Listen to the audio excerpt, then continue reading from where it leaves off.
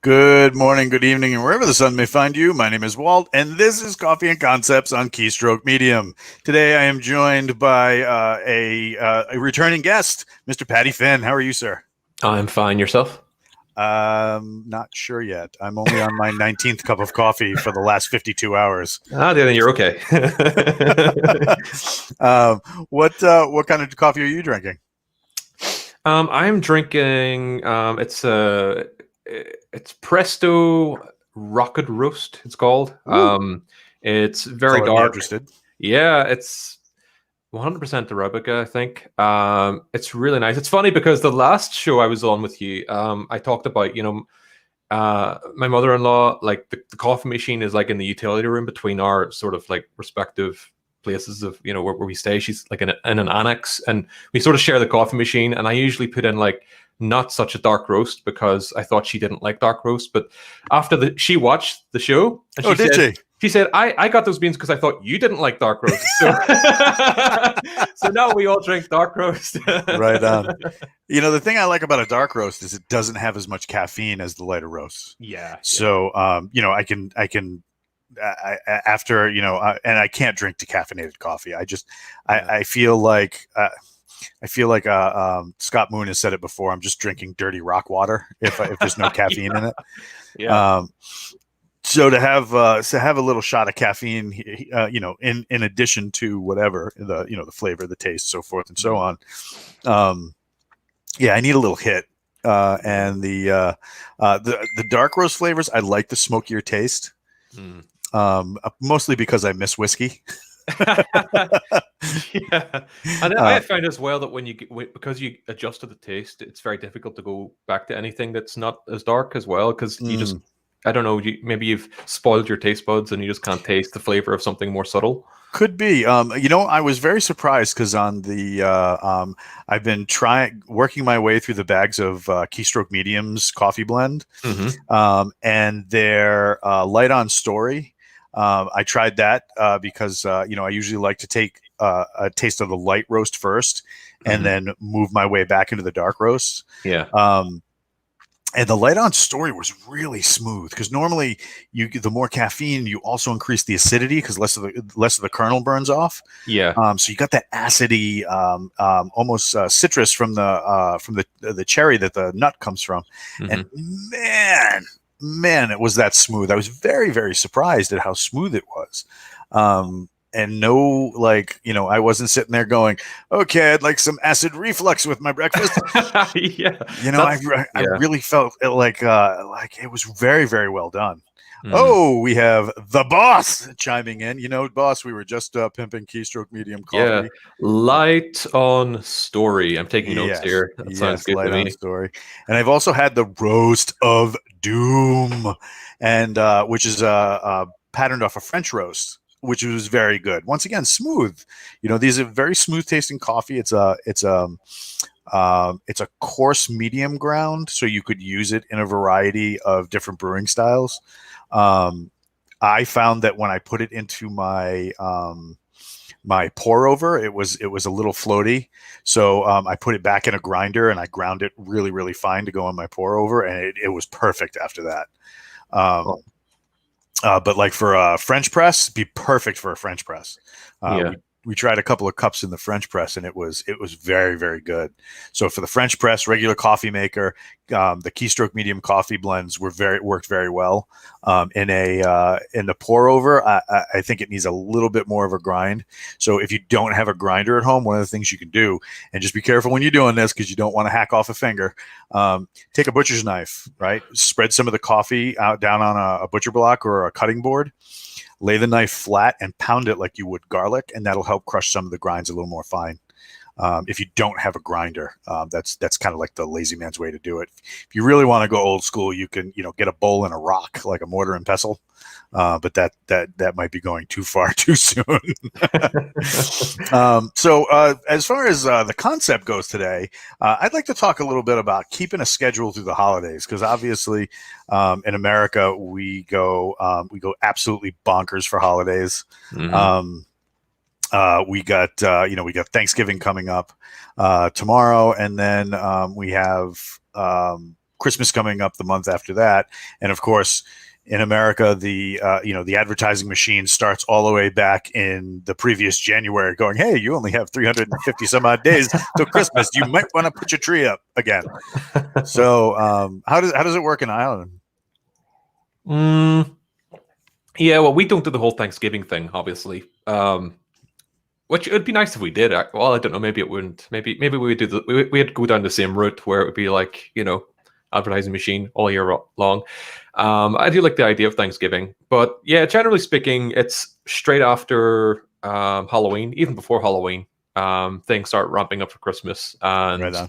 yeah, so it's generally the month of December is kind of like a wind down month. So it's probably similar over there. Right on. Yeah. Oh God, it's gonna be weird this year. It is because 2020. Yeah, it's the gift that keeps on giving. Yeah, Amazon's going to be happy. Well, they're probably the only ones. Yeah. So what do you do? What are some of the tricks that you use to stay focused during the holiday? Because you recently celebrated a milestone, 2 years as a full-time writer. Yeah, that's right. To be honest, I think it's one of those things you kind of, it's an ongoing battle, especially when it's something that just comes around once a year. Each year's different, but I think one of the biggest things I've had to battle with, and it's still something that's ongoing. My wife helps me. Big shout out to my wife Kaylee. She helps me with this, and I really appreciate it. That is giving yourself permission to wind down and to take time off. Especially if it is something like the holidays. It's just that great opportunity to get together with your family. Everyone's in the same boat. You're all, hopefully have time off work and can get together, or, when the plague allows it, spend time together, or whatever the case may be. But yeah, it's difficult just to take that time out. And I find that if you do take the time out, then you're more likely then to feel refreshed come the turn of the year and get back into it again. So it's not so much kind of like trying to stay focused all the time and making sure, I write every day and I stick to my schedule and everything, but just sort of saying it's okay to take 2 weeks off, Paddy. But just make sure that when that 2 weeks is finished, that you do get back into it. And don't sort of like keep dragging your heels in terms of never taking the time off, because then you half do it and half don't do it. And that just makes it even harder to get back into a routine, in my experience. Now, what are some of the tricks that you use to get back into your routine? Because I know that for myself, I have a very addictive personality. Mm-hmm. So if something is a lot of fun, I'll have a tendency to be like, I'll just move this over here and do this, but I mean, if you've had 2 weeks off where it's just family and fun and friends, and how do you roll yourself back into the game, so to speak? That's the question. How do you? I'm very similar. I've have an addictive personality, but I find that I'm also very competitive. So if I find a little trick that I've started using is I will go and look someone up online that I admire, and they don't have to be like a motivational speaker or something like that. It just has to be someone who's successful. An example, someone I've been watching a lot recently is Lex Friedman, and you'll find most of these people will do like a video at some point on what their day looks like or what their schedule and routine is, and I kind of rewatch that, and then it kind of makes me think, oh, okay, well, if I want to be that successful, then I have to do the same thing, and I have to get back into my routine. So it gives me a little bit of a kick. So if it comes to the end of a holiday or a time that I've taken some time off, I'll go back and I'll do that. So I'll go back and watch Lex Friedman's video on what his day-to-day routine is, and he gets up at 4 a.m, which is what I would normally do anyway. So it resonates with me, and when I see that he does that, it makes me think, well, I have to do that too. It gives me a kick. Right on. I really enjoy Jocko Willink. Even though he's a Navy guy, we try not to judge. But he's a fellow jiu-jitsu practitioner, so that guy's he's a real machine. That guy just And what one of the things I find is I set his profile and one of my other writer friends are the only two profiles on Twitter that I have set to alert my phone when they post. And they don't post very much. So, I mean, it's not like a constant dinging that's going off.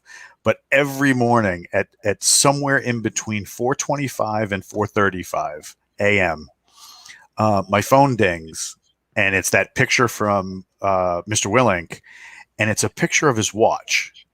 And it's just a picture of the time and the word. It's something like "get after it" or "time to lift" or "time to do it." And and if I were to take 2 weeks off, I know that as those pictures started piling up, I'd be like, "Damn! While I'm chilling, somebody else is grilling, and I need to get to work." Yeah. Can you imagine him waking you up every morning? Oh, that would be epic. That would be epic. And it would be something funny too, like, right now, while you're sleeping, someone is getting ahead of you. That's the kind, that's the kind of thing that he would do. Yeah. He knows how to use the psychology. Yeah. Right. So he wouldn't be banging trash cans. He'd just be like whispering in your ear, like the evil devil that, wants you to get after it. But yeah, I think having some way to get yourself from that is good. And I really like your advice on giving yourself permission to, enjoy the holiday. How do you keep from being so immersed that you kind of forget some of your duties? I mean, because obviously, hey, we have Mr. Chuck Manley, who will soon be going by CJ Moon. You guys had an awesome podcast on Monday. That was fantastic show. Oh, I missed that. Oh, you got to go back and watch it. Just the conversation about Chuck's new nom de plume, his new writing name for his epic apocalypse werewolf romance novels are going to be just awesome. Wow. Can't wait to see those, Chuck. Oh my God. It was so his romance writer name, he says. Oh my God. But yeah, so I have a hard time because I know I have a very addictive personality, and if I'm just like all holiday, all family, like nothing will get done, and I have to carry a notebook with me to write some stuff down, especially because if I don't, it will start to go by the wayside, and it'll be a month or more before I get back to it, and I'll be like, I should probably be writing. Yeah. I think like I'll admit that last year or the beginning of this year was pretty tough getting back into the routine. So it was like, I guess I didn't have a plan is something I'm thinking about at the minute. It's like I didn't have this thing where it was like, okay, I need a date in January where it's like, okay, yeah, Paddy, you have to get back to work. You have to start back again, right? So there was no sort of like deadline or expectation. So I just kept going, and then the middle of January rolled around. And I'm like, yeah, I'm sort of writing and not really, and I'll get to it maybe next week. And then so this time around, it's going to be. I haven't set the date yet, but it'll be sometime the first week in January. It's like, okay, back to work. You have to do it on this day, and you have no choice. Otherwise, I will just drag it out. So I think it's just having a plan. Oh, sorry, mute button, dog. So speaking of having a plan, tell us a little bit about this image. Oh yeah, Eisendorf's Walter Trotty Treasure. Yeah, I've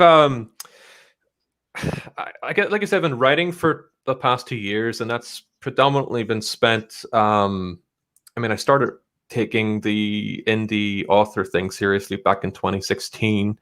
So I've been doing like science fiction and fantasy novels, and this past year I've decided to branch into tabletop RPG stuff, kind of like Dungeons and Dragons supplements, and eventually I'd love to do sort of my own tabletop RPG stuff. Because you hate money, right? Oh yeah, exactly. But that's why we're going for the D&D stuff initially. It's the same reason you publish, you go Amazon exclusive if that is your thing, right? People who go Amazon exclusive do so because it's just a path of least resistance when it comes to starting out and being able to make a decent income. So same sort of principle here. And hey, I've had a lot of fun playing Dungeons and Dragons over the years, and I've been DMing an awful lot since the plague struck. So I've got 3 weekly games going currently. I don't know. Oh my God! I don't know why I'm holding up 4 fingers when I say 3. Maybe I'm cursing myself for the 4th game there. Yeah, because the 4th game is you trying to get some writing time in. Yeah, exactly. Tempting fate. So I do actually have a bunch of playtests that I run outside of those 3 games. So I guess you could say it's 4. But it's been a lot of fun. It's generally authors actually in 2 of those groups, and the other 3rd group is just me and a bunch of friends that have always played Dungeons and Dragons together. But I guess it was bound to happen, for the 2 worlds to meet at some point. Then I've had a lot of fun putting this thing together, working with artists. It's been a completely different experience to writing books, but good one. Learned a lot, and looking forward to continuing it. This is just like a book full of magic items. We're hoping to put about 200 in there. The Kickstarter pre-launch just went live today, and we're going to launch, I think, in February, all being well. And when we do launch, we'll have like 75-80% of the book done already. Right on. Yeah, we're kind of on schedule to hit that goal. The idea being that once the Kickstarter comes out, we're using the funding to just finish the rest of the book and then get it out to people as fast as possible, because I have a huge project that's coming after. I just want to get at that.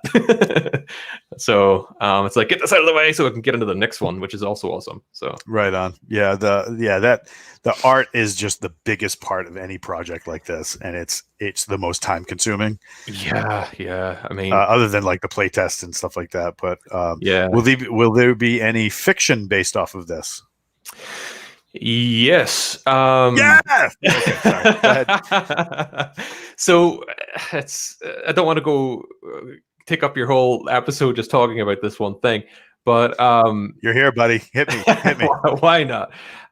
So this is pretty much it's got a bit of lore in it, and the idea is I wanted the lore to be something that you could take and put in any setting and campaign. Because the problem is you have all these books that say that they all use verbiage along the lines of this book can be used in any setting as is, or you can use it in your own campaign, but they don't give you the mechanics to do that. So I've sort of set this up so the mechanics are there for you to go, okay, I'm taking this and plop, it's going into my game, no matter where it is or what it is. So it's going to fit in with the second project I was talking about and several other projects, which are themselves settings and adventures. And there are going to be like novels and series of novels based off those as well. So it's lots of work. Is Eisendor going to be in it? Eisendor will be making guest appearances here and there, I believe. Yep. Eisendor is one of those mythical creature, not mythical creature, like a figure in mythology, or like kind of like in the Forgotten Realms. It's sort of like that. Yeah, it's like Gandalf. You don't really want to see them too much because it kind of takes away the mystery behind them and stuff. So, yeah. Is he one of those dudes where trouble follows him, kind of like old Stormcrow? Yeah, pretty much. Yeah. Right on. So if people want to stalk you on the internet, where's the best place to find you? I guess they can check out... Other than the Kickstarter link that's below. starcanepress.com. STARCANE. press.com. That's kind of our publishing company, and everything else links back to that, so you can sort of find out all the different things we do from there. Right on. And what's like the next release for you other than Eisendor's Vault of Tragic Treasure? Well, it's another reason I have to thank my wife Kaylee. She's like, Paddy, you need to be working on your science fiction novel. You can't just be working on Kickstarter. So she's trying to get me back into what's called Max Miller, which is my science fiction stroke investigator. Sherlock Holmes in space type. I'm sold. Series. So that's going to start launching. The first book's on pre-order. That'll come out at the end of January. And then hopefully, it depends on how soon I can get the books off to my editor. If you're watching this, my editor, I'm sorry. I will get them to you soon, I promise. Do you use the Dead Poet Society thing where you say, "Oh, editor, my editor"? Yeah. Yeah, I can. I can't. I only invoke her name when it really matters. You know. If you say it 3 times, she shows, or he or she shows up. Exactly. Yeah. Oh my goodness. Yeah. Yeah. You don't want the editor looking over your shoulder. No. No. Definitely Very not. dangerous. But speaking of dangerous, like we were talking earlier, Josh, Scott, and Chuck have their show live, Keystroke Medium Live, on Mondays at 11 a.m. Eastern. If you get a minute, a couple of things you can do real quick. Hit the YouTube, go backwards in time to the show on Monday. They had their Thanksgiving right-aganza, and it was fantastic show. Lots of good information, but also lots of fun. It was time well spent. It blew by like nobody's business. Really great show. Check that out. And then while you're there, hit that like and subscribe button if you haven't already. And then don't forget to ding that bell because you'll get notified when the show goes live. We normally try and do Coffee and Concepts at 7:30 a.m. Eastern. I'm sorry. On a Tuesday, but we figured we'd cut this one in the middle of the week so that we'd catch it right before people started getting sleepy from turkey. And then Lauren and Kayleen have the Writer's Journey at 9 p.m. Eastern time on Thursday with also Josh Gayu doing long-form storytelling on YouTube where they grab a subject and kind of dissect it over a couple of hours. It's a long show, but if you watch it in bits, it's a great show. And just unless you got the time to devote, like, extra long dog walking or whatever, then Rock and Roll, Cops and Robbers, Dunkin' Donuts, make that happen. Paddy, thank you again for coming on today. I really appreciate it.